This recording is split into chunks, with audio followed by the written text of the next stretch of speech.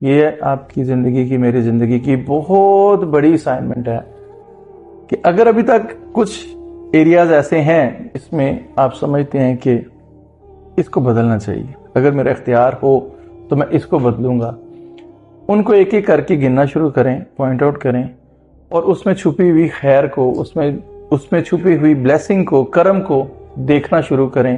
نتیجہ آخری وقت میں یہ آ جائے کہ اللہ اگر آپ سے پوچھے کہ زندگی دوبارہ جو سی ملے گی، اگر اس میں کیسی زندگی چاہتے ہو، اور آپ ڈنکے کی چوٹ پہ کہہ سکیں کہ اللہ میں یہی زندگی ایز اٹ از، ایسے ہی رشتوں، ایسے ہی لوگوں، ایسے ہی دوستوں، ایسے ہی حالات، ایسے ہی واقعات، ایسے ہی نعمتوں کے ساتھ لینا چاہوں گا، تب آپ اللہ سے راضی ہیں اور اللہ آپ سے راضی۔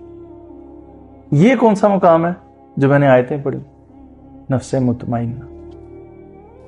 جو ان سے لوگ آپ کو تکلیف دے رہے ہیں، جب آپ اس انداز سے سوچیں گے تو آپ کو کیا ہوگا؟ آپ کو ان کی بہت ساری خوبیاں بھی نظر آنی شروع ہو جائیں گی۔ 99 خوبیاں، ایک خامی ہے، ہمارا دھیان اس ایک خامی پر، جس کی وجہ سے ہمیں اس خدا کی کائنات اچھی نہیں لگ رہی، خدا کی دی ہوئی زندگی اچھی نہیں لگ رہی۔